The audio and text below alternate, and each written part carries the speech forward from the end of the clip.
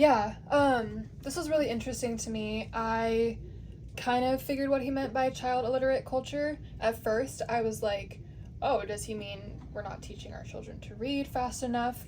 But then listening on, I realized that he's right. Like, there are a lot of families and people who grow up not being exposed to different types of age groups, different, I guess, beneficial things that you can do when you raise a child. And I guess an example that I immediately thought of was he said, like, if you live in a household where you're an only child and you have friends your age, obviously, like, you grow up with friends your age. My boyfriend is like that, and he never babysat, never, did tutoring, stuff like that. So he's never really been around kids. Whereas I grew up babysitting and nannying and driving kids around, like, for jobs. And I have a younger brother. And so we do honestly see children a lot differently because, like, he didn't and I had it. So, and there are a lot of people like that. And so I thought that was interesting. I'm not, I don't really know how you change the single child thing. It's kind of hard to, like, force a parent to have another kid. But I don't know, I'm interested to see what you think because you have multiple kids too, so. I don't know. I feel like I have a similar upbringing as Mm-hmm. you. My brother was 10 years older than me. My sister was 8, but Mm-hmm. I have a very large family. So I pretty much would spend every summer at my grandma's house, and she was lucky enough to take care of about 6 of us. Oh, wow. My dad had 5 sisters and 2 brothers, and a lot of my aunts actually had a lot of kids. So there's a solid like 20 of us just in like millennial generation. Yeah. There's a generation that was like maybe 5, 6 years older than us. Mm-hmm. And then there was another small one after us. So most of my aunts either had 4 to 5 children, three to Yeah. two, and at different stages. So a lot of me and my really close cousins grew up together and were like months apart. Yeah. But it's very interesting to see because at first I was like, what does he mean by a child illiterate? Mm-hmm. Like, and then he kind of went into more in depth saying that, we lost the transferring of the child rearing Yeah. information from one generation to the next. And we didn't replace that within the public school. So that kind of made sense to me. Yeah. See. And I just made note of it because I thought it was kind of silly, but he put like someone can be academically smart, Mm-hmm. but have no means or knowledge about healthy childbearing practices for young children, which is completely accurate. And it's Yeah. not really anything against the individual themselves, but I feel like even though our generation and like the next cultures that are kind of like cultivating, even though they are Mm-hmm. progressive and in my opinion like heading towards a more positive Yeah. direction, there is kind of like that weird gray area where, even though we're all for like changes and Yeah. positive and movements and stuff like that, there's a lot that's getting missed, right? Mm-hmm. So I think the childbearing started maybe it's probably been something that's kind of not been passed down for Yeah. generations, but I think ever so more now because I mean, and it's nothing against, like the trends or Mm-hmm. what culture sees as the social norms. But when you really think about it, a lot of what people talk about is like not having children Yeah. and saying no to, watching someone's child because you don't feel comfortable taking care of them. Yeah. I think one way that we can, like advocate for change is just kind of bringing the awareness. I Mm-hmm. feel like more and more that we take and we get into like, some of the really darker chapters Yeah. and the boy who was raised as a dog. Mm-hmm. I just feel like it's more and more apparent that it should be some type of like a requirement either for like high school or something. Like I just find it so Yeah. like mind boggling that we know like all this information we've known for years and years. There's so many different studies, more information's coming out. And at that point, like these books are a little bit old. Yeah. So I'm very curious to see like What's what the changed? repercussions of COVID are going to do for the next Yeah. generation. Like my youngest, he wasn't a COVID baby, but I only call him a COVID baby because he spent kindergarten in COVID. Oh my And gosh. unfortunately, he was held back because it was just so hard, like Yeah. trying to have 3 kids stuck on iPads and making Yeah. sure that All day. it wasn't too much. It was really hard for him. And both of my boys struggled and they both got held back because my oldest son, I believe, was in going into first grade at that time. My youngest wasn't supposed to enter until I think like 21, 22. And even then it was kind of weird. Yeah. And he didn't have to get into TK because I didn't have him into any local schools. My kids were going to a private school at that point. So it was really hard to find someone to like take some random kid for transitional kinder that they weren't really offering anywhere. So I think it's interesting to see different perspectives. Like I'm all for like, you don't want kids, awesome. Like do you, whatever makes you happy. But as an individual in society, I do feel like we do need to advocate for change, whether that be, I don't know, like it kind of, for me, it's very similar to the whole, like you graduate high school and you don't know how to apply for a job. You graduate high school and you don't know how to make a resume. You don't know how to do certain things that are fundamental for you to grow as a person. I feel like this is almost like it mirrors it, whether you want to have children or not, that's completely up to an individual. But I feel like we need to educate people on the repercussions of, okay, well, like if you choose to do this or say certain things to children, like it really does shape who they are. And it's not, you know, the bad seed kid. Like at some point, someone was either traumatically traumatized or there's some type of like neuro something chemically, not necessarily wrong, but either too much or too less of something. So it was definitely interesting to see a side that maybe we aren't used to, but I totally understand it. But it's kind of nerve-wracking that it's not something that's like a much bigger requirement. Like, okay, so I have to, you know, do my thesis and I have to do this to get a degree. But, you know, if I never went into this field, I would never know anything about children's brains. Yeah, I definitely agree. Like bringing awareness is probably the one thing that I've, I guess, gradually taken away from this class, just because like if I didn't need this as my gen ed class, I wouldn't know any of this stuff. And so it's kind of interesting that it can just slide right by a bunch of people. Yeah, like and never really know and kind of just chop up like, oh, that kid's misbehaving. And I hate to sorry, we'll move on after this, but I see it now like in person and I just want to be like, oh, what's wrong with you, little baby? Like, why are you crying? You know, like what's wrong? Like I spent some time with some friends over the weekend and my friend was just like, her baby loves her. She's an awesome mom, but you can tell she was just at her point. She was trying to eat. The baby was like grabbing stuff from her and he just wanted attention. I was like, just give me the baby. I was like, come on. And I was like doing my little coddling, you know, swinging him. And I'm like, oh, and like in my head, I was like, oh, your little brain. I hope you're really feeling this. Brain. I know. Hope it's growing good.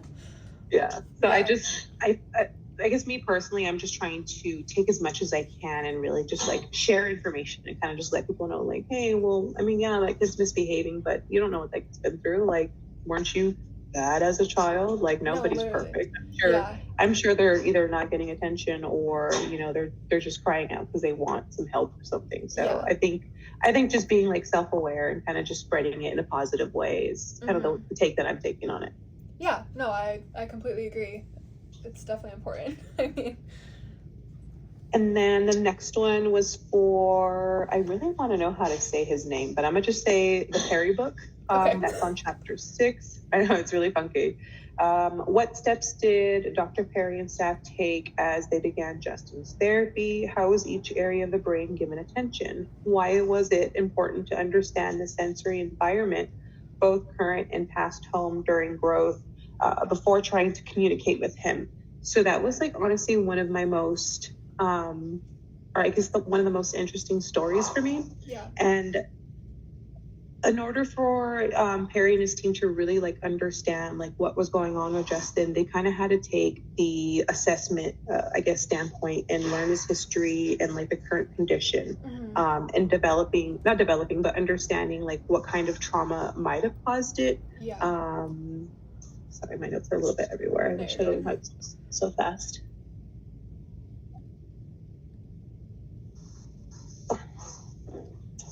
Okay, it's not for the right question.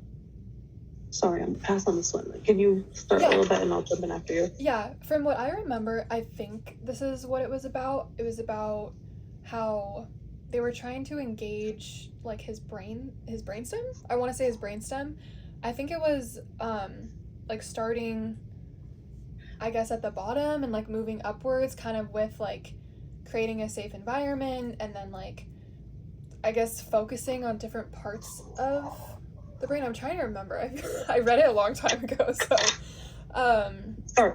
Yeah, yeah. sorry. Now my notes are making more sense. I just didn't outline them right. But it was a sequential type of like approach that they took, starting with the lower part of the brain and then the more Yeah. primitive areas. So like the brain stem up to the cortex. But I Yeah. remember there specifically being like the rocking movements and the upward movements. Yeah, like moving upwards towards that, I guess, higher part.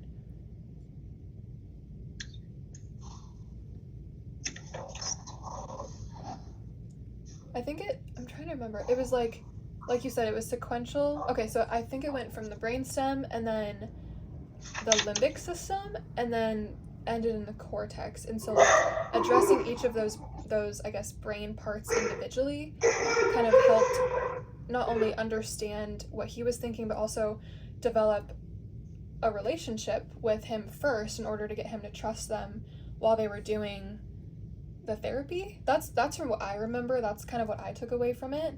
But because they needed him to, I guess, engage is a good word, his higher part of the brain, but they couldn't get there without going from the bottom up.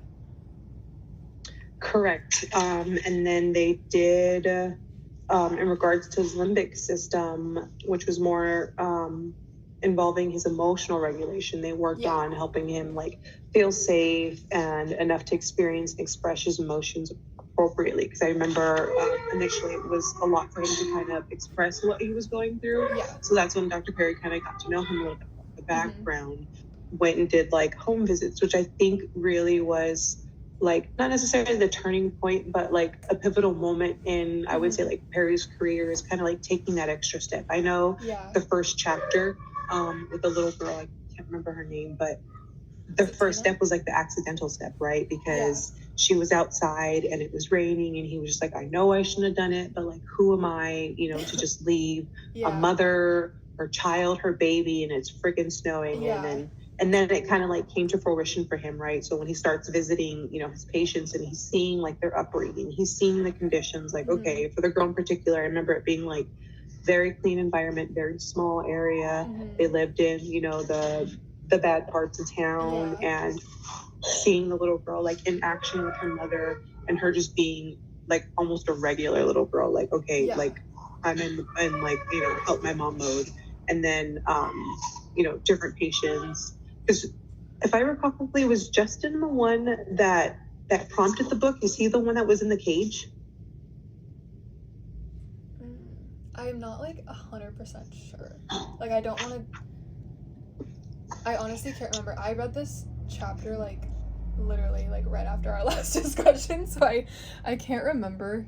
Oh yeah, it is. Yes. Okay, it is. Like, so Justin is the one that was raised in the cage. So it was an older gentleman his girlfriend was the grandmother.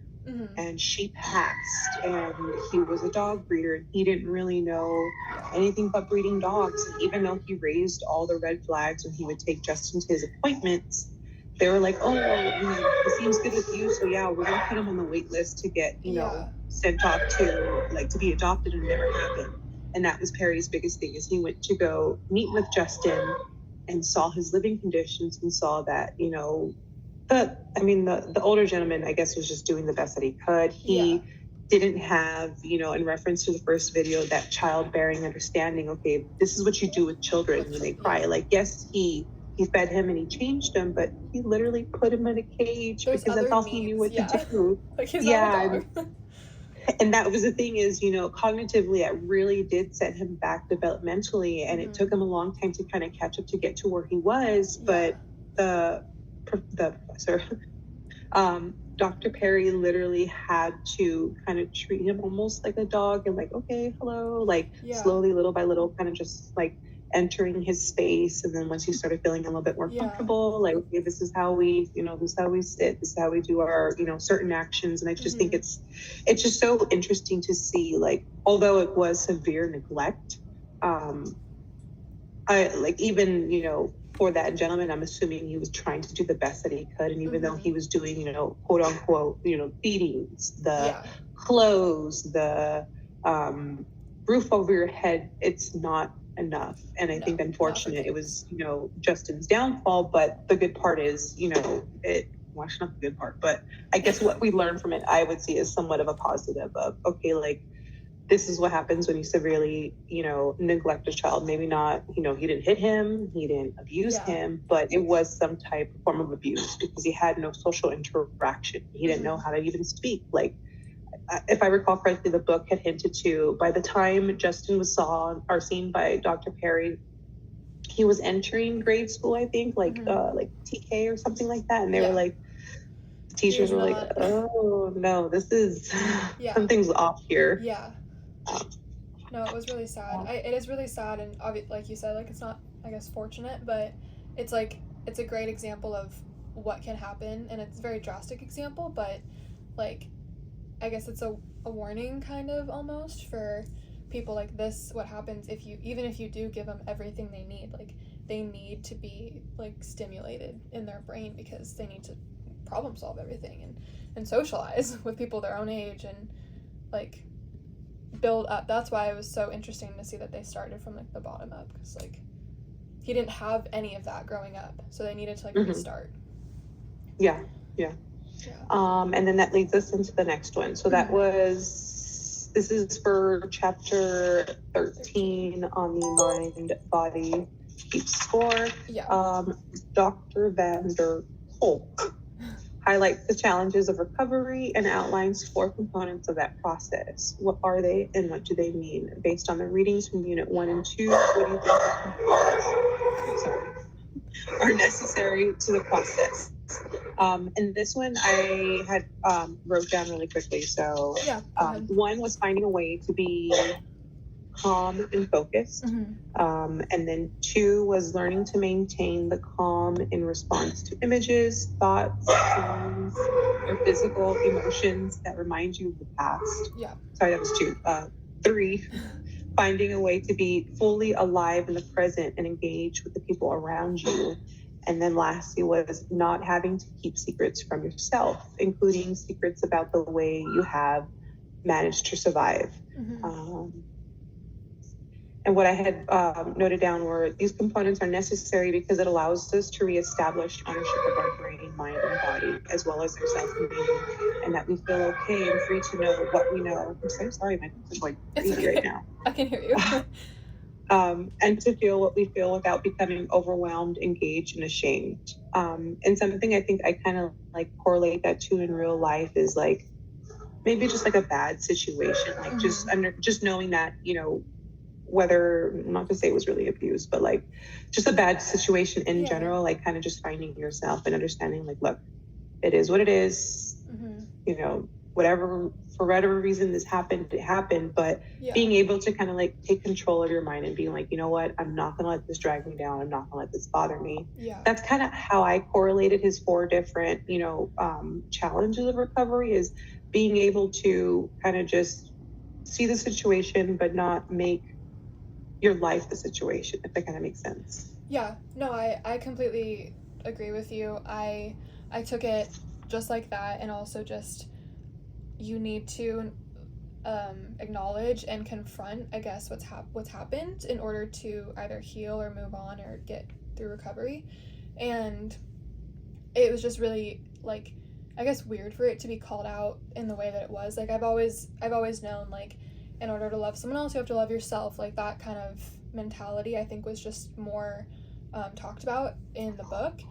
And, like, obviously it's very traumatic that anything, like, if something traumatic happened, you don't want to rethink it.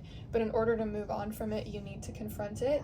And I guess the 3 or 4, I think 4 components were kind of just outlining it and breaking it down and making it easier for people to process all of that. And it is very traumatic and it is a long process, but it's like the first thing that people need to do is confront it. And I mean, maybe find some support. It's different for everyone, but the first step is really, I guess, in dealing with it, is figuring out what it is and how your brain works, because everyone's brain works differently. And I guess I've also learned that with like just different people, like different friends I've run into in my life, and they just process things so differently, and it's okay. I can barely hear. I know. They just process things so differently, and it is like a trauma response kind of thing where they've been through different things, obviously, than I have, but they're not, like, they've confronted it, and so they're actively going through recovery no matter how long that process is. And so I think that's also an important thing. Like, those are 4 components, but as long as someone's going through them, that means they're growing as a person. Yeah, I think that's a really good takeaway. Like, sometimes I feel like even though the material, you understand it, it's very hard to explain it in a way to, like, almost simplify it. Yeah. If that makes sense. Mm-hmm. No, yeah. You know what? I'm just gonna double check. I see the red little circle button. When you recorded, does it like pop up after? Status was from your camera and microphone. It doesn't give me the option to record it, so I mean, because when you did it the last time, when you ended it, did it say something? Yeah, I ended when I ended the meeting is when it says like your video will upload to your desktop or whatever. So it doesn't really say until after, I'm pretty sure. I'm not sure. I'm also like my screen is recording, so if yours doesn't record just like us, then I have it like just in case, because my computer just has that feature, so I just did that. But perfect, because I did it through the Chico's website, but I'm like, I thought it was supposed to prompt it at first and it didn't, but I do see the little red circle on the top. I'm just like, before we get this all done, I'm ready to go to sleep. Yeah. Okay. Sure. And then the next one was chapter 14 from the Body Keeps the Score, because I'm not going to try and chop his name again. Why is it important to talk about our feelings and express that feelings and experiences, particularly in relation to trauma, according to the doctor? How does this relate to findings from Unit 1? Hint, Siegel and Bryson. Sorry, go ahead. Mm-hmm. No, you're good. I guess that's kind of what we were kind of just mentioning about, I guess, confronting it first and then talking about it, whether that's to yourself or to someone else, and just getting it out there and being able to think through it out loud is really important for development. And I guess skipping forward to that question, to Unit 1, it reminded me a lot of the name it to tame it thing, where you like have to acknowledge it and kind of bring it up in order to, I guess, tame it. And so like putting labels on things and describing how you're feeling is a good way to deal with whatever's happening, and then you can kind of go back to that brain map that you've already created to solve that issue, or talk about your feelings or going through an experience. Like, your brain already knows how to process it. Yeah, I guess. Yeah, I mean, and just to add on top of yours, like, I feel like even though it is specific to trauma, I also feel like it can be used for stress or other, feelings or emotions we might have. Yeah. So what he really emphasized was talking about it with others and understanding how to kind of like articulate it and be able to kind of like feel that relief, like once you kind of like, I know for me personally, sometimes like if I'm having a really hard day at work,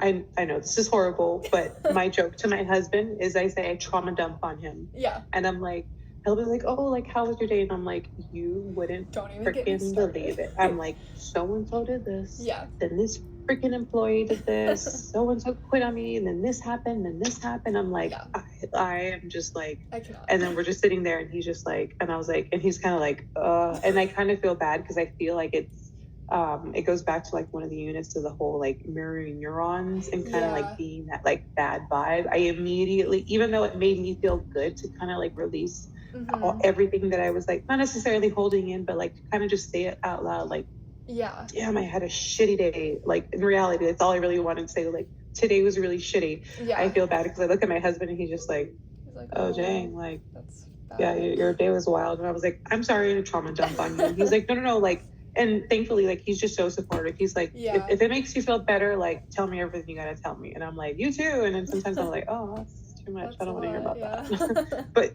he works at a federal building. So half the time I'm like, well, technically you're not allowed to tell me. I'm like, so if it was just a bad day, tell me it was a bad day and I can go hang out with you for a little bit. But I think the big emphasis was really just, verbalizing your feelings and your emotions and being able to not necessarily take yourself out of the situation, but just be like just that like sigh of relief. Like the minute that you kind of like let it out, it's just like, oh, it feels so good. Like as much as people want to joke around and be like, oh, like, I haven't cried in a long time. And I'm like, I cried the other day and it felt wonderful. I don't know about you, but even if it was like a happy cry or a sad cry, I just feel like certain emotions for me, like now that I'm kind of like correlating it with the material, I'm like, okay, so that's why I feel a sense of relief. Like maybe it's not a sense of trauma, but it's kind of something that I guess like my body was holding on to, what was making me, because sometimes like when I get really, really stressed, I physically get sick. Like I get super anxious and I'm like it's probably anxiety attack, but most times I'm like if I know I'm going into a really bad meeting, I'm just like, but it's like, once I'm able to come out and like I could talk about it, like either with my supervisor or something, I'm just like, oh, I feel so much better. I'm like my anxiety is gone, like my heart palpitations are gone. I'm like, oh, I'm like, I can breathe, I can sit down. I get really like I get like real like antsy. I'm like standing at my desk, like, okay, they're gonna call soon. So that's kind of how like I correlated the materials, just being able to kind of just release those emotions and make not necessarily make yourself better, but also like get your brain functioning in a way that it's remembering, what you've been through, but learning how to grow from it and being like, okay, well, I talked it out and I'm feeling better. Like not only is my brain doing well, but my body is also connecting to that and kind of like just releasing that, whatever you're holding on to. Yeah. No, exactly. It's just so important to talk about it, because sometimes like when you're talking out loud, you kind of either if you're asking a question, you kind of answer your own question, and it's just nice just to be able to process it like out loud, and then your brain connects. Yeah, I get that. Yeah, totally. And then for chapter 15 of the mind and body what was your initial response to the first few pages of this chapter and the doctor's story of EMDR with David? Did your opinion change as you were reading the chapter? If so, why? And if not, why not? That was that like that eye movement, right? It's like, it's like desensitization and reprocessing. Eye movement. Yes. Reprocessing. Yes. Yeah. Mm-hmm. When I read the RIP instructions first before I read this chapter, and so I kind of already looked up what EDMR was, and I thought it was really interesting, but I guess reading through the chapter, I was kind of open to it because I didn't really know what he was like, I guess, trying to achieve with it, but I don't know. It didn't really change, I guess. I didn't really think I had a strong opinion about it until the very end when I was like, oh, interesting. Like, I don't know. It's kind of interesting. And then, yeah, I'm trying to, like, remember what it was about specifically. But I was working on my rip earlier too, and I was trying to figure out, like, I was really trying to hone in on which therapy I wanted to do. And I remember this one specifically because it went over a case study where it was a gentleman who had PTSD from the war. And I'm not going to lie, initially when it started to provide like what they do, I was a little bit skeptical because they kind of make you go back and relive it. And then they have you close your eyes. So I remember the reading being about how he had the gentleman close his eyes and say, okay, like, do you, like, do you hear the shots? Do you hear this? And he said like the patient like face, like was very angry. And he did something about like with his eye movement. He was like, okay, well then think about this. And he did like a couple taps towards his right eye. So initially, I didn't honestly care for it too much. I mean, but again, it's just something that I didn't really know much about. But as I started to progress throughout the chapter, it kind of made sense because, they want you to relive the traumatic memories, but also reduce the stress symptoms that could illustrate and, shift your perspective. My biggest thing was they wanted, I don't remember the gentleman's name in that chapter, but I remember they basically wanted him. It's not like it gets rid of your PTSD, right? So Yeah. it's more of just like another coping mechanism of, okay, well, this happened. Yeah. I'm not going to ignore it, but it's in the past at this point, because I think primarily with that case in particular, he kept reliving it, and he was having very bad night terrors.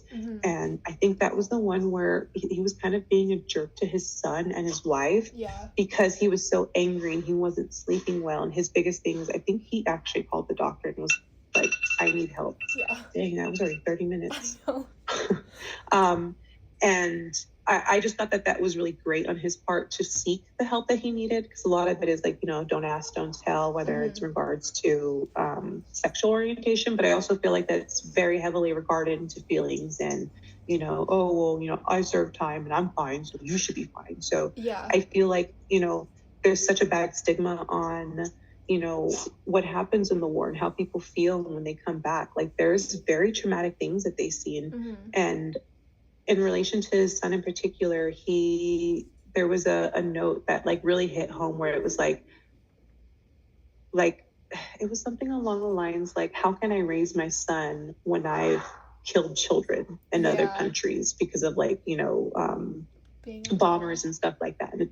And I couldn't even imagine it, like I think being on the other end of like just trying to do the best for my children, I can't see, I wouldn't know what I would do in a situation, like 100%. I think until, not that I would ever want to know a situation, but because everybody goes through things differently, I can see why he might have been a jerk to his son, but I think it's great that he did get the help, and that the EMDR specifically worked for him, because if I recall correctly, like he was able to start communicating better, he had better coping mechanisms, and he was able to, just say his emotions and not have these anger bursts. I believe that's primarily what he was having, aside from like the night terrors and like they don't call them flashbacks. What are they like? Maybe they are flashbacks. I think it's because typically at night they have night terrors.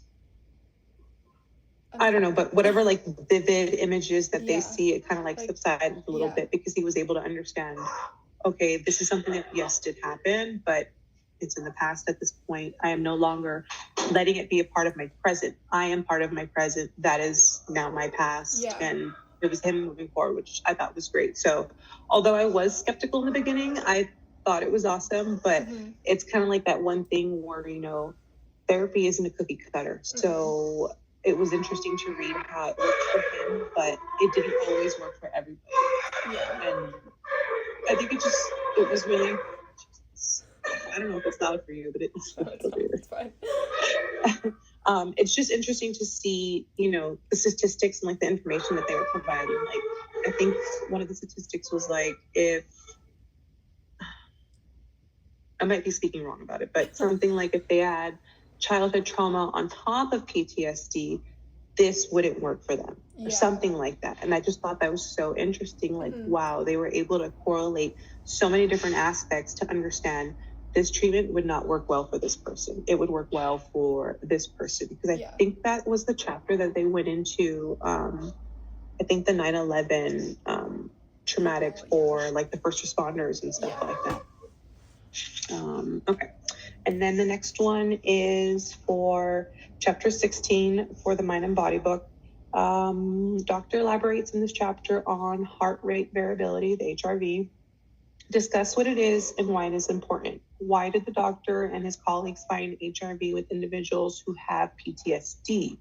How does this discussion of HRV connect with yoga?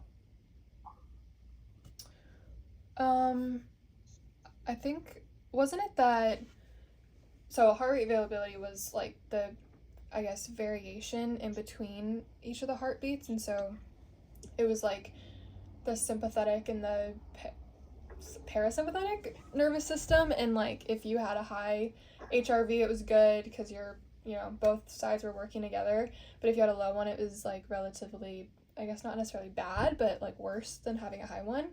And I'm pretty sure they found that people who had PTSD had low HRV, basically saying like their two nervous systems were not connected, and so like regulating that stress and that emotion was even more difficult for them than it was for like even normal people, or not normal people, that's mean, but like people who haven't gone through the same thing.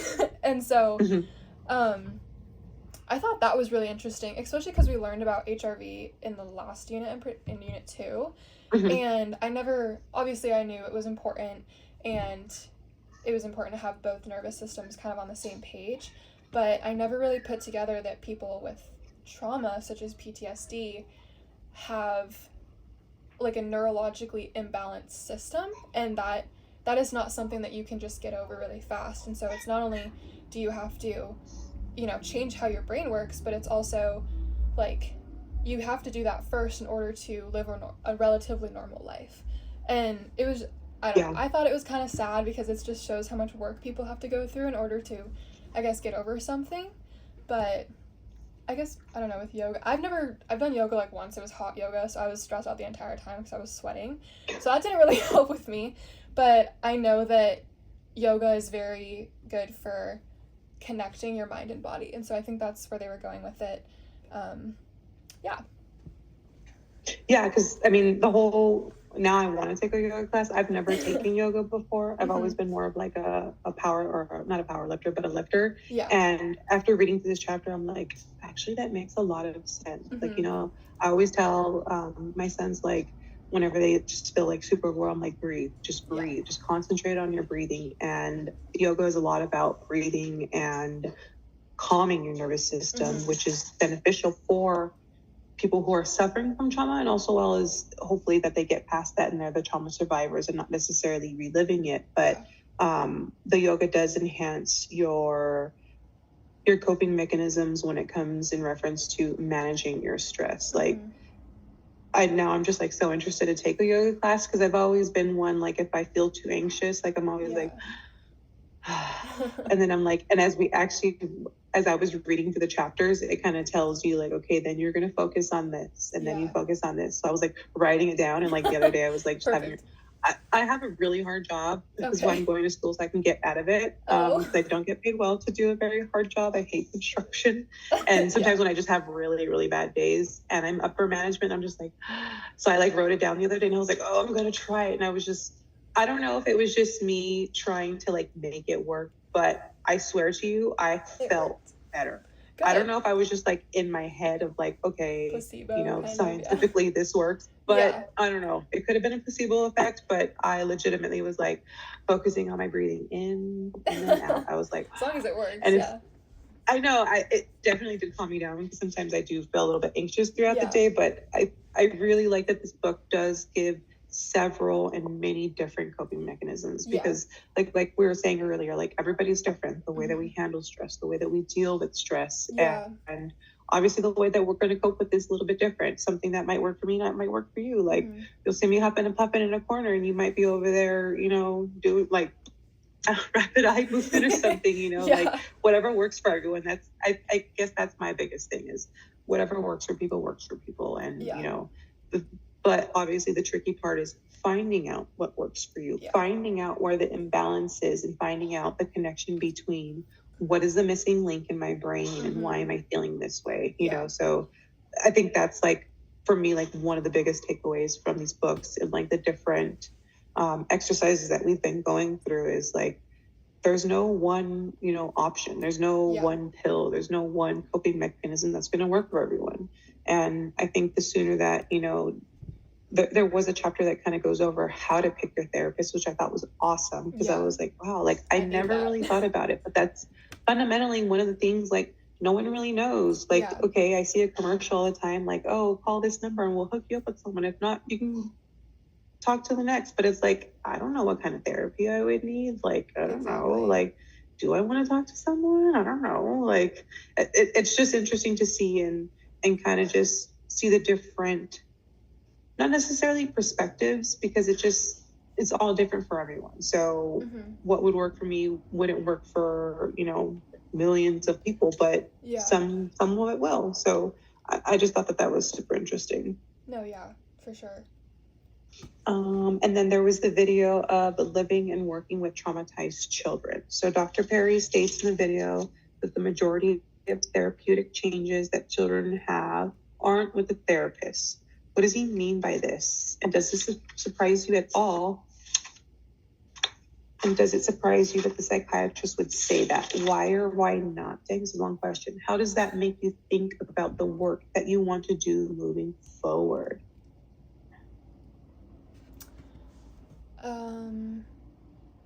You want me to start or? Yeah, sure. Okay. At this part in the video, I heard him say that he didn't. It was really. I feel like it was a really short topic that he went over. I feel like it was literally like a minute or two, but I guess I do understand that like the change that people have, or not people, children have in their life aren't with a therapist necessarily. A therapist, I feel like their job is more to analyze and figure out what someone needs, and then their environment is responsible for, I guess, giving that to them. But I don't know, I was really surprised that he did say that, because I guess like that's the whole point of people going, I don't know, he didn't really elaborate on it, so I was kind of left a little bit confused. He said something like the therapeutic, I have it right here actually, the therapeutic web of healthy relationships should be valued by the therapist. And so I kind of was like, okay, is the therapist like going into depth in it about it during their like 1 hour a week that he mentions, or like, I don't know. And then he mentioned like what's important is how the clinician uses those relationships. So I was like, what do you mean by that? I was kind of confused, but I don't know. What did you think? When he had said that the majority of the changes happen outside, honestly, like automatically it clicked for me. Mm-hmm. So for me, I guess a simplified way to like understand it is school and small children. Mm-hmm. So I'm always telling my boys, like, yes, you go to school all day, but that doesn't mean you stop learning. When you come home, read a book, play a learning game. And I think that's kind of how I correlated it with is, yes, the therapist does the work with the children and understanding their trauma and getting them past it. But if they're going home and no one's there to support them, no one's there to continue to talk to them, continue to help them, whether it's, having breathing techniques or whatever kind of additional like therapy resources that they're having, they're just that 1 hour a day isn't going to suffice. So when he says that it all really depends on the environment, it's true. If a traumatized child is going home to a traumatized family, it's never really going to go anywhere. But if the family is understanding that, this child is going through something, they're seeing a therapist, and when they come home and they have that support system to say, hey, don't worry, it's been a bad day, or like, just physically being there with the child and, holding their hand and, just saying like, it's going to be okay, or just spending time with them, making sure that they feel loved and cherished is that external that, therapy can only go so far, you know, and that's kind of how I understood it. And him, I guess for me going forward, because it says, how does that make you think about the work you want to do moving forward? So I am going to school to be a social worker. So I think this is very heavy on, how I intend to approach children and, give them that support. Like, obviously I'm going to be working with, traumatic or, traumatized, abused, whatever the case may be. And I can't just go in knowing like, all right, at this point, I'm probably the 9th or 10th person you told a very, very frightening and sad story to. At some point, like, I might just have to be like, you know what, maybe not today, but let's hang out, let's colors together. I think for Perry, him, taking that step and just coloring with the little girl and kind of like gaining her trust, to me, it was just like so monumental. Like, as silly as it might sound, for children, that's everything to them. Like, I'm sure